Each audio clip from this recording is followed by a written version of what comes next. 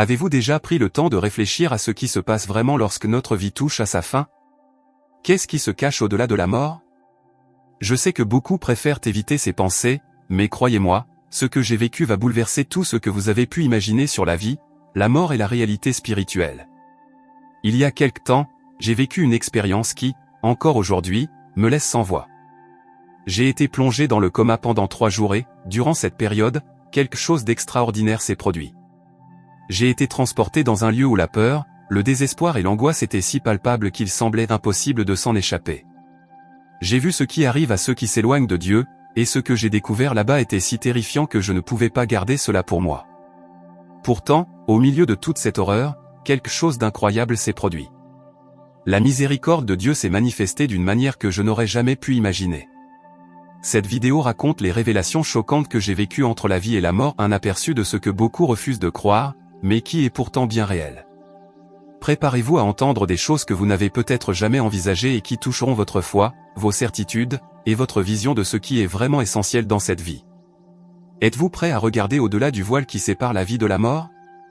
Restez avec moi, car ce que j'ai à partager pourrait être la clé de votre salut. Mais avant de continuer, assurez-vous d'être abonné à la chaîne. Ici, nous partageons une série de vidéos comme celle-ci, qui vous aideront à comprendre ces récits émouvants d'une manière plus claire, spirituelle et profonde, comme vous ne l'avez jamais vu auparavant. Je m'appelle Marcos Vincent.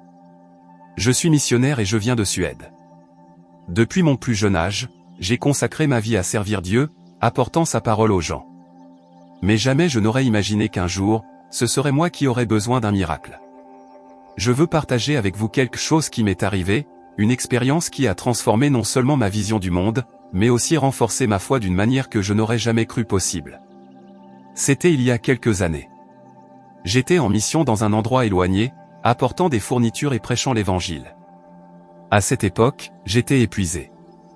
Les voyages étaient longs, les défis constants, et mon corps montrait des signes qu'il fallait ralentir. Mais je persistais, convaincu que ma mission était plus importante que ma fatigue. Un jour, je me suis senti très mal, comme si une vague de faiblesse s'abattait sur moi. Tout devenait flou. Je ne me souviens pas très bien de ce qui s'est passé ensuite, mais on m'a dit que je m'étais évanoui et que j'avais été transporté d'urgence à l'hôpital. Là-bas, les médecins ont tout fait pour stabiliser mon état, mais ma situation était critique. Je suis tombé dans le coma et suis resté inconscient pendant 3 jours. Maintenant, je veux vous raconter ce qui s'est passé pendant que mon corps était immobile sur ce lit d'hôpital. Mon esprit et mon âme étaient vivants, plus actifs que jamais. Et ce que j'ai vu et vécu, est quelque chose que je porte en moi à jamais. Dès le début, j'ai senti comme si j'étais tiré vers un endroit complètement différent. C'était sombre, froid, et je ressentais un poids terrible autour de moi. Ce n'était pas seulement un lieu physique, c'était comme si cette obscurité se trouvait aussi en moi, essayant de me consumer. J'ai commencé à réaliser que je n'étais pas seul. Il y avait des présences là-bas. Des êtres que je ne peux décrire que comme des démons. Ils n'avaient pas de corps défini, mais leur présence était écrasante, pleine de haine et de malveillance. Ils murmuraient des choses terribles, essayant de me convaincre que j'étais perdu, que je ne serais jamais digne de l'amour de Dieu. À ce moment-là, j'ai ressenti une peur comme jamais auparavant. Mais quelque chose en moi me disait de résister. J'ai commencé à prier, même sans force. Je répétais le nom de Jésus, le seul nom qui pouvait me sauver. Et c'est alors que quelque chose d'incroyable s'est produit. Au milieu de cette obscurité, une lumière a commencé à briller. Elle était intense, mais elle ne me blessait pas. Au contraire, je sentais une chaleur réconfortante, comme si j'étais enveloppé par quelque chose de bien plus grand que moi. De cette lumière, j'ai entendu une voix puissante et sereine à la fois. Je ne sais pas comment l'expliquer, mais je savais que c'était Dieu qui me parlait. Marcos, n'aie pas peur. Je suis avec toi.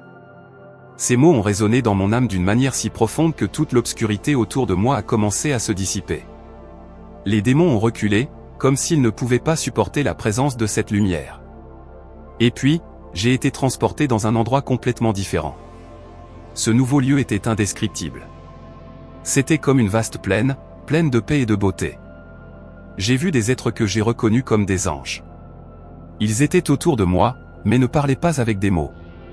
C'était comme si nous communiquions directement par l'esprit et le cœur. Ils m'ont montré des choses que je ne comprenais pas à l'époque, mais qui maintenant prennent tout leur sens. J'ai été conduit à voir des moments de ma vie, les bons comme les mauvais. J'ai vu les fruits de mon travail missionnaire, des personnes touchées par les paroles que Dieu avait mises dans ma bouche. Mais j'ai aussi vu les moments où la peur et la fatigue m'ont éloigné du but divin. Ce n'était pas une vision pour me condamner, mais pour m'enseigner. Et là, dans ce lieu, j'ai reçu un message que je n'oublierai jamais.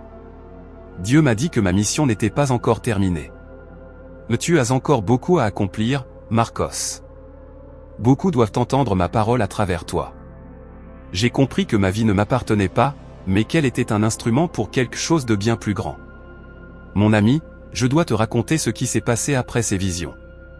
Je t'ai déjà dit comment j'ai été emmené dans cet endroit de paix et de lumière, et comment Dieu a réaffirmé mon but dans la vie. Mais ce que tu ne sais peut-être pas encore, c'est qu'avant de me réveiller dans cet hôpital, il y a eu un moment qui m'a profondément marqué. C'était comme si Dieu, dans sa grâce infinie et sa justice, devait me corriger. Ce n'était pas une correction pour me blesser, mais pour me rappeler quelque chose que j'avais oublié. Quelque chose que, dans mon humanité, j'avais négligé.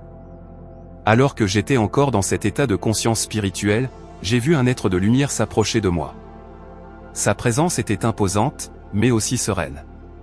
C'était un ange, et sa présence était si intense qu'on aurait dit que tout autour de lui s'était arrêté. Il m'a regardé avec des yeux qui pénétraient mon âme. C'était comme s'il voyait tout ce que j'avais fait, tout ce que j'avais pensé, chaque moment où j'avais hésité devant l'appel de Dieu. L'ange n'a pas parlé immédiatement. D'abord, il est simplement resté là, m'observant. Je ressentais un mélange de paix et de honte. Puis, il a commencé à parler, mais il n'utilisait pas des mots comme ceux auxquels nous sommes habitués.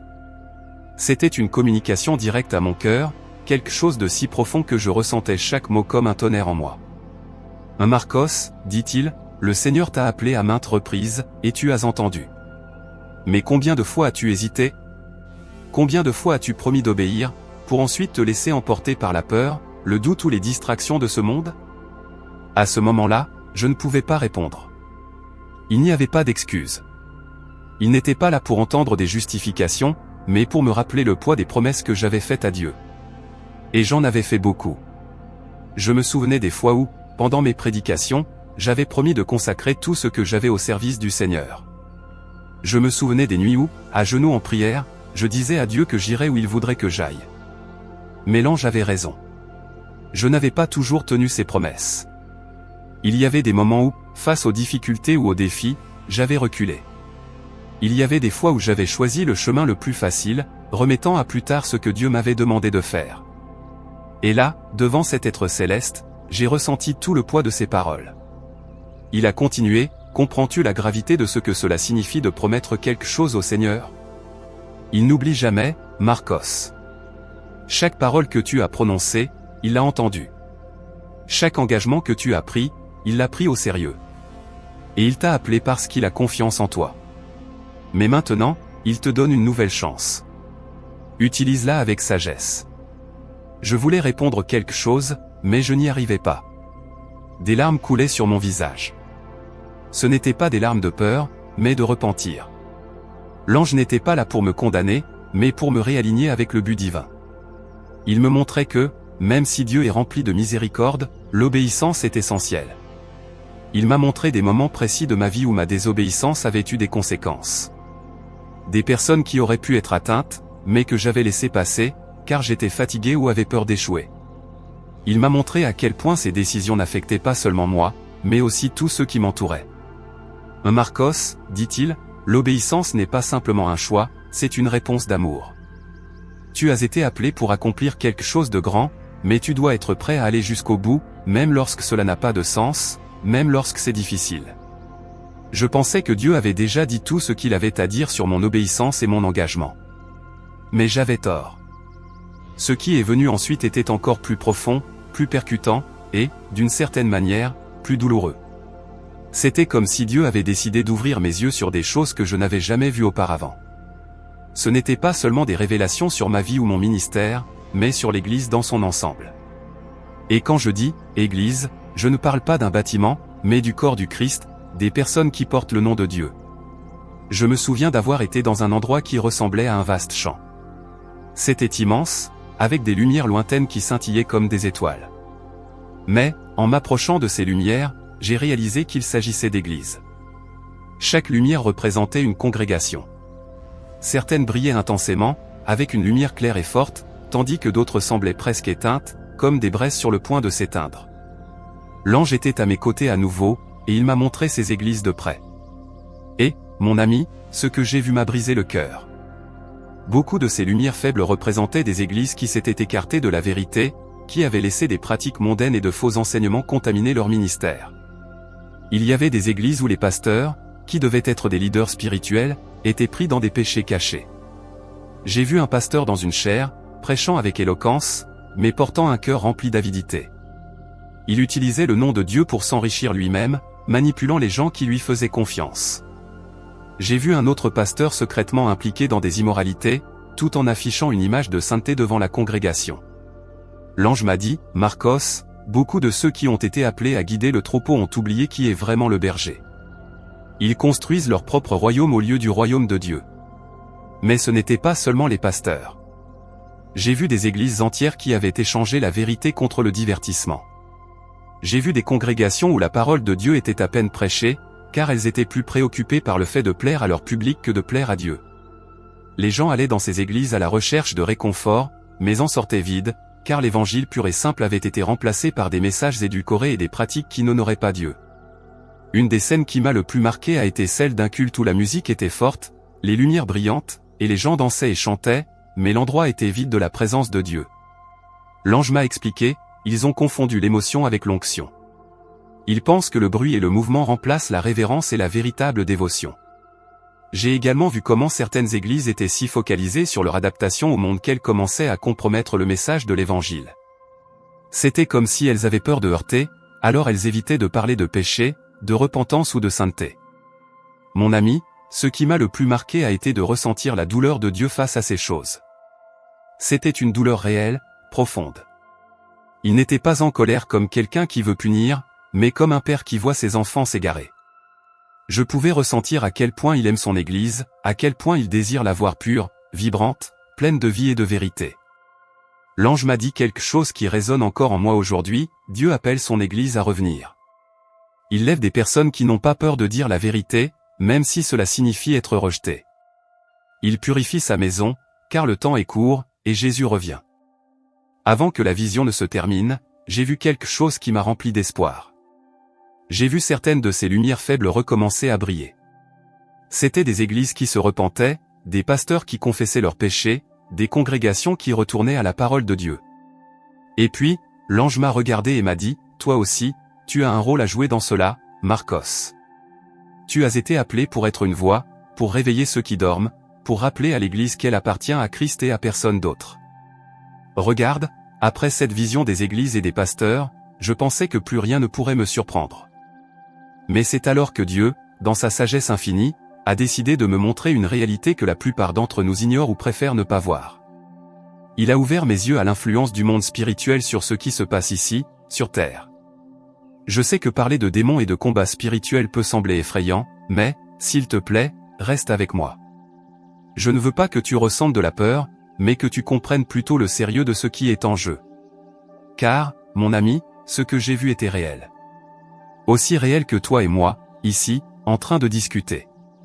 Je me souviens d'avoir été dans un environnement complètement différent. Ce n'était ni le ciel, ni l'enfer, mais une sorte de plan intermédiaire. C'était comme un champ de bataille invisible, mais en même temps présent partout.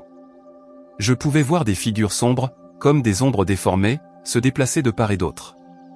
Certaines de ces ombres avaient des formes humaines, mais elles étaient distordues, remplies de haine et de mépris. Et puis l'ange, qui était toujours avec moi, a montré ces figures et a dit, « Voici les esprits maléfiques qui agissent dans le monde. Ils se déplacent dans les ténèbres et influencent aussi bien les leaders que les gens ordinaires. Beaucoup ne se rendent même pas compte qu'ils sont manipulés. » C'est alors que j'ai commencé à voir, de façon très claire, comment ces démons agissent. J'ai vu une scène que je n'oublierai jamais. C'était un pasteur, à genoux, en train de prier dans son bureau. Il semblait si dévoué, si rempli de bonnes intentions. Mais, en regardant de plus près, j'ai vu une de ces figures sombres planer au-dessus de lui, lui murmurant des choses à l'oreille. Au début, le pasteur résistait. Il disait, « Je fais confiance au Seigneur. ma vie est entre ses mains. Mais, avec le temps, j'ai vu comment il commençait à céder. Cette voix subtile implantait des doutes, des peurs, et même de la cupidité dans son cœur. Et tu sais ce qui était le plus effrayant? Ce n'était pas une attaque directe ou agressive. C'était quelque chose de presque imperceptible, comme un serpent qui s'approche lentement avant de mordre. J'ai vu un autre leader, cette fois dans une réunion importante. Il prenait des décisions financières pour l'Église et, encore une fois, un esprit maléfique était là, l'incitant à agir par intérêt personnel, à détourner des fonds pour quelque chose qui ne plaisait pas à Dieu. Et, mon ami, il a cédé. Il pensait simplement être malin, mais en réalité, il était manipulé par des forces invisibles. Et ce n'était pas seulement les leaders. J'ai vu des démons agir dans les congrégations aussi. Ils semaient des graines de commérage, d'envie et de division parmi les membres. Une scène m'a profondément marqué, c'était une église pleine de gens en train d'adorer, chantant des louanges. Mais, alors que les gens levaient les mains, des démons se déplaçaient parmi eux, murmurant des mots de doute, de distraction et de critique. J'ai vu une femme qui, au lieu d'être en communion avec Dieu, pensait à quel point elle n'aimait pas la tenue de sa sœur à côté d'elle. J'ai vu un homme qui, tout en chantant, jugeait secrètement le pasteur pour quelque chose qu'il avait dit lors du sermon précédent. C'était de petites choses, presque insignifiantes, mais qui montraient comment l'ennemi travaille subtilement pour détourner l'attention des gens de ce qui est vraiment important. L'ange a expliqué, ils ne peuvent forcer personne à pécher, mais ils peuvent influencer, suggérer et exploiter les faiblesses humaines. C'est pourquoi il est si important de veiller et de prier. Mon ami, ce qui m'est devenu clair, c'est que nous sommes dans un combat spirituel constant. Ce n'est pas quelque chose que nous pouvons voir avec nos yeux physiques, mais cela se passe à chaque instant. Les démons veulent déformer la vérité, faire croire aux gens des mensonges, les éloigner de Dieu et les pousser à ne vivre que pour eux-mêmes. Et tu sais ce qui est le plus triste? Souvent, nous le permettons sans nous en rendre compte. Nous pensons que nos problèmes sont seulement naturels, mais en réalité, il y a une guerre qui se déroule derrière chaque décision, chaque pensée, chaque action. L'ange m'a dit quelque chose que je n'oublierai jamais, Marcos, le véritable combat n'est pas contre la chair et le sang. Il est contre les principautés, les puissances, et les forces des ténèbres. Mais souviens-toi, la puissance de Dieu est plus grande. Le nom de Jésus est au-dessus de tout. Maintenant, je dois te raconter quelque chose qui est peut-être l'une des parties les plus difficiles de ce que j'ai vu dans cette expérience. C'est quelque chose qui m'a profondément touché, et même après tout ce temps, j'ai encore du mal à croire à l'ampleur de cela. Mais c'est la vérité, et la vérité doit être dite. Après avoir vu les démons agir directement sur les leaders et les congrégations, Dieu m'a montré quelque chose d'encore plus alarmant. Il m'a révélé que dans de nombreuses églises, dans de nombreux ministères qui semblent saints de l'extérieur, il y a des personnes qui ne sont pas là pour servir Dieu. Elles sont là pour tromper, manipuler et corrompre. Je me suis retrouvé dans un environnement qui ressemblait à une réunion d'église. C'était une scène qui pourrait facilement être confondue avec n'importe quel culte ordinaire, des gens adoraient, levaient les mains, chantaient des louanges. Mais l'ange à mes côtés m'a dit, regarde de plus près. Quand je l'ai fait, c'était comme si mes yeux avaient été ouverts à quelque chose de caché. Au milieu de cette foule, il y avait des personnes qui n'étaient pas là pour adorer. Elles étaient là avec des intentions sombres. J'ai vu des hommes et des femmes qui, au lieu de se connecter à Dieu, faisaient des gestes discrets, mais remplis de significations occultes. C'était comme si elles invoquaient quelque chose de différent, quelque chose de maléfique, même au milieu de l'adoration. L'ange a expliqué, ce sont des infiltrés. Ils se présentent comme des pasteurs, des leaders et des membres de l'Église, mais ils servent un autre maître. Ils sont là pour semer la confusion, détourner les fidèles et déformer l'Évangile. Et puis, à ma grande surprise, j'ai été conduit à ce qui ressemblait à une réunion secrète. Il y avait là certaines de ces mêmes personnes que j'avais vues au culte. Mais maintenant, elles ne faisaient plus semblant. J'ai vu des symboles étranges, des livres qui n'étaient clairement pas des Bibles, et des rituels en cours. Elles conspiraient délibérément pour affaiblir l'Église, introduire de fausses doctrines et tromper les fidèles.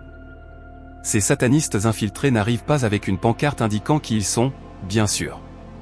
Au contraire, ils se font passer pour les plus pieux, les plus dignes de confiance. Ils connaissent la Bible par cœur, mais utilisent le texte sacré de manière déformée, hors de son contexte, pour manipuler les gens. J'ai vu un homme qui se disait pasteur prêcher sur la prospérité, mais c'était comme si chaque mot qui sortait de sa bouche tissait une toile de mensonges. Il promettait des bénédictions matérielles, des richesses et du succès, mais exigeait que les membres de l'Église donnent tout ce qu'ils possédaient, sans poser de questions. Et ce qui était le plus douloureux, c'est que les gens le croyaient. J'ai vu un autre leader, très charismatique, qui utilisait le nom de Jésus pour couvrir des pratiques totalement contraires à la parole de Dieu. Il tolérait le péché dans l'Église, affirmant que Dieu est amour et que peu importait comment vous viviez, tant que vous étiez heureux. Et cela semblait si beau, si réconfortant, que personne ne remarquait à quel point c'était faux. Dieu m'a également montré comment ces personnes introduisent de fausses doctrines. Une des choses que j'ai vues était la prédication d'un évangile qui place l'être humain au centre, au lieu de Dieu. C'est un évangile qui dit « Fais ce que tu veux, suis ce qui te rend heureux, Dieu bénira tout ». Mais, mon ami, c'est un mensonge. Le véritable évangile nous appelle à la repentance, à la sainteté, à porter notre croix et à suivre Christ. Il ne s'agit pas de faire ce que nous voulons, mais de faire la volonté de Dieu. J'ai aussi vu comment ces faux pasteurs mélangent des éléments du monde avec la foi chrétienne, d'une manière si subtile que les gens ne s'en rendent même pas compte. Ils utilisent des philosophies humaines, des pratiques occultes déguisées et même de la superstition pour remplacer la simplicité de l'évangile. La partie la plus difficile a été de voir comment cela affecte les gens. J'ai vu des congrégations entières être trompées. J'ai vu des familles être détruites parce qu'elles plaçaient leur confiance dans des leaders corrompus au lieu de la mettre en Dieu. J'ai vu une femme qui a donné tout ce qu'elle possédait à l'un de ces faux pasteurs, croyant qu'elle serait guérie. Et lorsque la guérison n'est pas venue, elle s'est éloignée de Dieu, pensant qu'il l'avait abandonnée. Mais Dieu ne faillit jamais. Ce sont ces hommes, manipulateurs et malhonnêtes, qui l'ont trompé. Et tu sais ce qui est le plus douloureux? Beaucoup de ces faux leaders savent exactement ce qu'ils font. Ils savent qu'ils mentent, mais ils s'en moquent. Ils ne se soucient que du pouvoir, de l'argent et du contrôle. L'ange m'a dit quelque chose que je n'oublierai jamais, Marcos, dit aux gens de tester les esprits. Qu'ils retournent à la parole. Qu'ils prient pour avoir du discernement. Car dans les derniers jours, beaucoup viendront au nom de Christ, mais tous ne seront pas de lui. Alors que j'étais là, dans cette expérience qui a changé ma vie pour toujours, l'ange m'a conduit à un autre scénario qui a apporté un grand poids à mon cœur. Il m'a montré quelque chose qui est en train de détruire des générations entières, quelque chose qui passe souvent inaperçu parce que c'est subtil, mais incroyablement destructeur. Il a parlé des jeunes. Je me suis retrouvé dans un endroit qui ressemblait à une place animée. Des jeunes allaient et venaient, riaient, discutaient, vivaient leur vie. Mais, encore une fois, l'ange m'a demandé de regarder au-delà de ce qui était visible. Et ce que j'ai vu était choquant. Certains de ces jeunes étaient attirés, comme des papillons par une lumière, vers des relations qui semblaient innocentes en apparence, mais qui avaient des conséquences spirituelles dévastatrices. J'ai vu des jeunes chrétiens commencer à fréquenter des personnes qui ne partageaient pas leur foi. Ils pensaient, ce n'est pas grave. Je peux l'influencer pour qu'il connaisse Dieu. Ce n'est qu'une relation. Mais, en réalité, c'était le contraire qui se produisait. L'ange m'a expliqué, ces relations éloignent beaucoup de Dieu. Au lieu d'apporter la lumière au monde, ils laissent les ténèbres entrer dans leur vie. Et c'est exactement ce que j'ai vu. J'ai vu une jeune fille, élevée dans l'église, ferme dans sa foi, tomber amoureuse de quelqu'un qui n'avait aucun engagement envers Dieu. Au début, cela semblait être une simple histoire d'amour, pleine de promesses et de projets. Mais, petit à petit, elle a commencé à s'éloigner des cultes, à arrêter de lire la Bible, à ne plus prier. Pas parce qu'elle n'aimait pas Dieu, mais parce qu'elle voulait plaire à cette personne. Et le plus douloureux a été de voir comment cela s'est terminé. Elle ne s'est pas seulement éloignée de Dieu, mais elle a perdu la paix, se sentant vide et confuse. Car, mes amis, quand nous nous éloignons de Dieu, c'est exactement ce qui arrive, nous perdons notre véritable identité et notre but. Un autre point que l'ange a souligné était la question de la fornication. Il m'a montré des scènes si réelles que j'avais l'impression d'être physiquement présent. De jeunes chrétiens, qui aimaient Dieu et servaient même dans le ministère, cédaient à la pression du monde et entraient dans des relations sexuelles hors mariage. J'ai vu un jeune homme qui dirigeait la louange dans son église, connu pour son cœur rempli d'adoration. Mais, en secret, il entretenait une relation physique avec sa petite amie. Il savait que c'était mal, mais il se justifiait à lui-même, « Nous sommes amoureux. Nous allons nous marier un jour. » Dieu comprend. Ce qu'il ne voyait pas, et ce que j'ai été conduit à comprendre clairement, c'est comment cela ouvrait des portes spirituelles à l'action de l'ennemi dans sa vie. L'ange a dit quelque chose qui m'a profondément marqué, la fornication n'est pas seulement un acte physique, c'est une attaque directe contre le plan de Dieu pour la sainteté. C'est une façon pour l'ennemi de voler la pureté et de créer une barrière entre le jeune et Dieu. Et ce n'était pas tout. J'ai vu comment la culpabilité et la honte consumaient ces jeunes après leur chute. Ils continuaient à fréquenter l'église, mais se sentaient indignes d'être en présence de Dieu. Beaucoup finissaient par s'éloigner, non pas parce que Dieu les avait rejetés, mais parce qu'ils n'arrivaient pas à se pardonner eux-mêmes. L'ange m'a également montré comment le monde influence efficacement les jeunes pour qu'ils acceptent des normes éloignées des valeurs chrétiennes. Réseaux sociaux, films, musique, tout semble conspirer pour normaliser des comportements contraires à la volonté de Dieu. J'ai vu des jeunes subir la pression de leurs amis pour entrer dans des relations, juste pour ne pas se sentir seuls. J'en ai vu d'autres être ridiculisés pour rester fermes dans leur pureté, traités de « ringards » ou de « rétrogrades ». Et malheureusement, beaucoup cédaient à cette pression, cherchant à s'intégrer, à être acceptés. Mais pendant que cela se produisait, l'ange m'a montré combien cela attriste le cœur de Dieu. Il a dit, ces jeunes ont été appelés à être une lumière dans le monde, mais ils laissent leur lumière s'éteindre parce qu'ils échangent la vérité de Dieu contre les mensonges du monde. Après m'avoir montré tout cela, l'ange a dit quelque chose qui résonne encore dans mon cœur aujourd'hui. Il a dit, dis aux jeunes que Dieu les aime et qu'il a de grands projets pour eux. Mais ils doivent choisir d'obéir. Ils doivent choisir la sainteté, même lorsque c'est difficile. Et ils doivent se rappeler que le chemin de Dieu conduit toujours à la vraie paix et à la vraie joie. Mon ami, si tu es jeune ou si tu connais un jeune qui affronte ces luttes, comprends ceci, il ne s'agit pas de règles ou d'interdictions. Il s'agit de protection. Dieu veut te protéger des blessures, de la douleur et des conséquences que ces relations hors de sa volonté peuvent apporter. Et alors que je réfléchissais encore à cela, j'ai réalisé qu'il y avait quelque chose de plus grand derrière tout cela. L'attaque contre les jeunes n'est pas seulement une question de comportement, c'est une tentative de l'ennemi de détruire l'avenir de l'Église, de voler des leaders, des missionnaires, des pasteurs et des serviteurs de Dieu avant même qu'ils ne puissent accomplir leur appel. Mes amis, après tout ce que l'ange m'a montré sur les jeunes et les défis qu'ils affrontent, il a marqué une pause. C'était comme s'il voulait que je réfléchisse profondément à cela avant de me révéler quelque chose d'encore plus lourd. Il m'a regardé, avec une expression mêlant sérieux et amour, et a dit, « Maintenant, tu dois comprendre quelque chose qui est au cœur de Dieu et qui est fondamental pour tout chrétien qui veut vraiment marcher avec lui, la sainteté. » À ce moment-là, j'ai été transporté dans ce qui semblait être un temple. C'était un lieu immense, avec des murs brillants comme de l'or poli, mais ce qui était le plus marquant, c'était la présence de Dieu là-bas. Je n'ai pas vu le Seigneur directement, mais j'ai ressenti sa sainteté. C'était quelque chose de si pur, si puissant, qu'il semblait impossible que la moindre imperfection puisse exister en ce lieu. L'ange m'a alors dit, « Tu ressens cela ? C'est la sainteté de Dieu. C'est son standard. Il n'accepte rien de moins. » Ces paroles ont résonné dans mon esprit comme des éclairs. L'ange a continué, « Le Saint-Esprit, qui est la présence vivante de Dieu, n'habite que dans des cœurs qui recherchent la sainteté. Il n'y a pas de place pour l'impureté, pour la duplicité. Beaucoup disent vouloir Dieu, mais conservent dans leur vie des choses qui l'offensent. Comment peuvent-ils espérer que le Saint-Esprit demeure dans un temple souillé ? Je suis resté là, en silence, alors qu'il me montrait des scènes de chrétiens qui avaient commencé avec passion, avec un feu dans leur cœur, mais qui s'étaient égarés parce qu'ils avaient permis de petites concessions. Puis l'ange a dit quelque chose qui m'a mis en alerte. Il a mentionné un terme que je ne comprenais pas pleinement jusqu'à ce moment, feu étranger. Il m'a expliqué que beaucoup d'églises et de chrétiens, dans leur tentative de créer quelque chose d'impactant ou d'attirer plus de gens, introduisaient dans leur pratique spirituelle des éléments qui ne venaient pas de Dieu.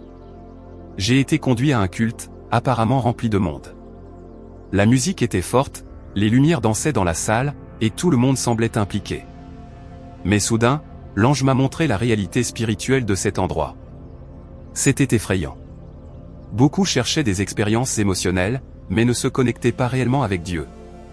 J'ai vu des leaders utiliser des techniques psychologiques et des stratégies humaines pour manipuler les gens, appelant cela « onction ».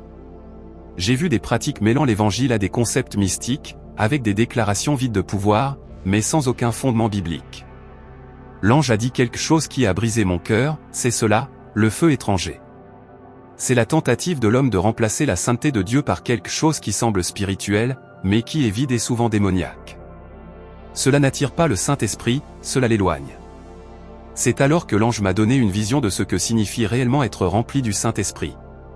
J'ai vu une personne priant seule, dans une chambre simple. Il n'y avait pas de musique, pas de foule, juste de la sincérité et de l'abandon.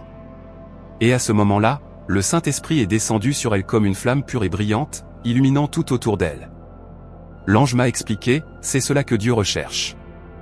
Ce n'est pas une question de grand spectacle ou de démonstrations extérieures. C'est une question de cœur consacré, qui cherche la présence de Dieu par-dessus tout. Et c'est là que j'ai compris pourquoi de nombreux chrétiens ne ressentent plus la présence de Dieu dans leur vie.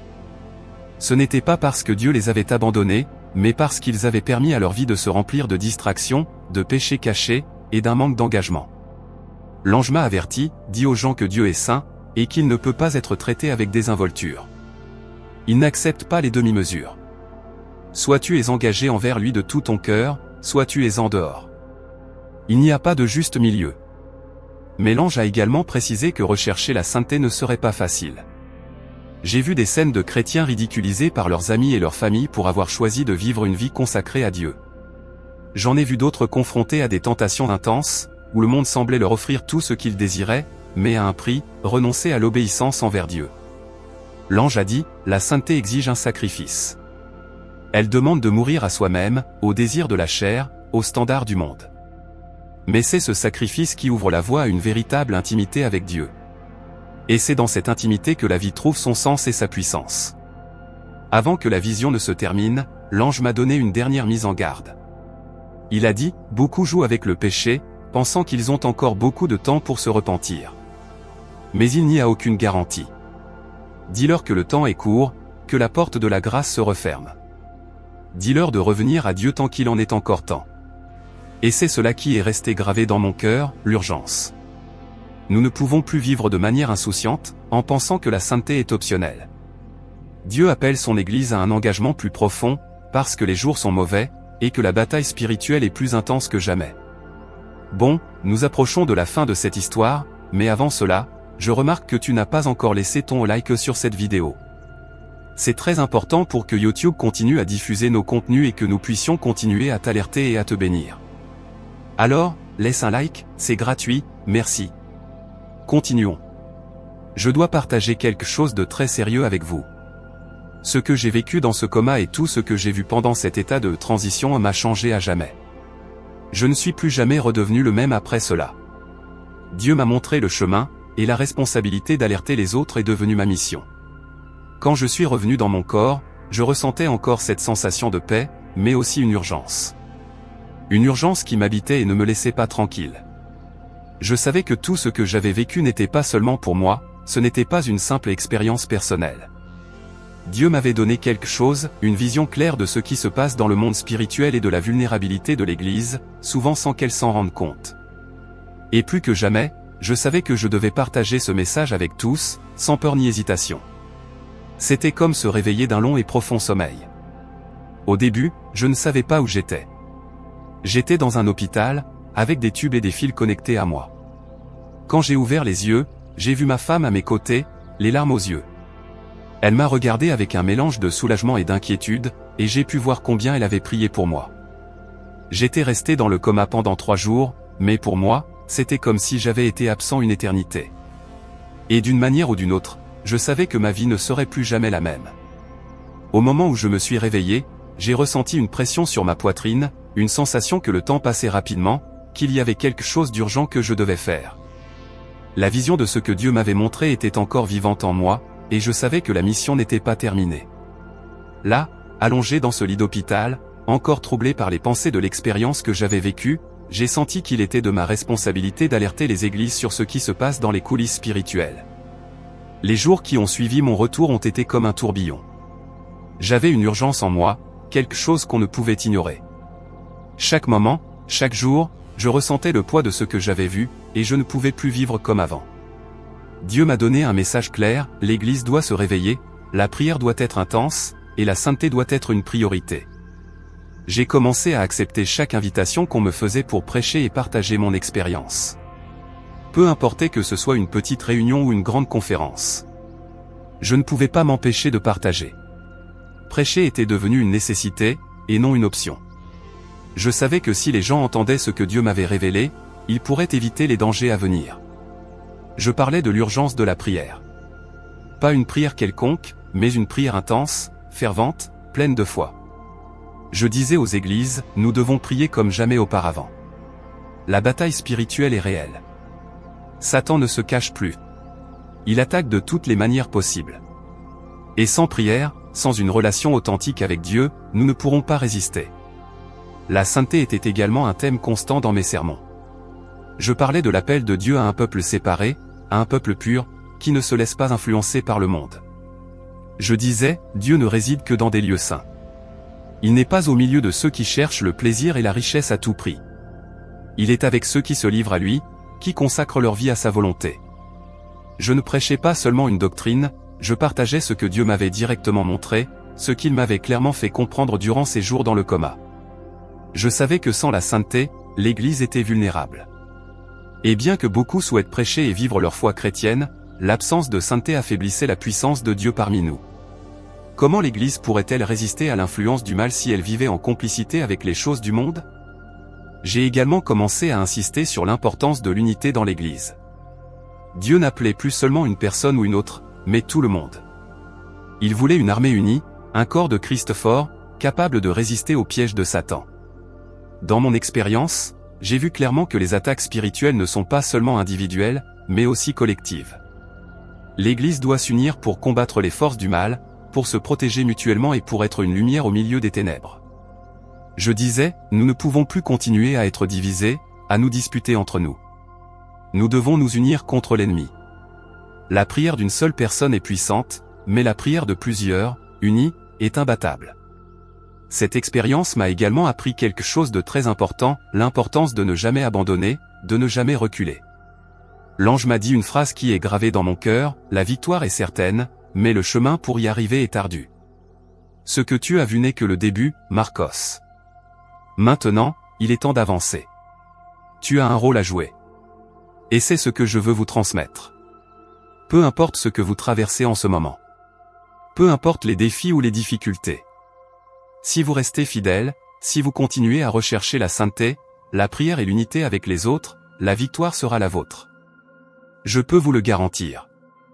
Je sais que la marche chrétienne n'est pas facile. J'ai traversé des moments de doute, de lutte intérieure, mais j'ai aussi vécu la puissance de Dieu d'une manière que je n'aurais jamais imaginée.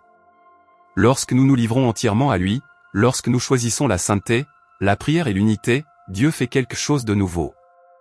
Il transforme, il renouvelle, il nous fortifie.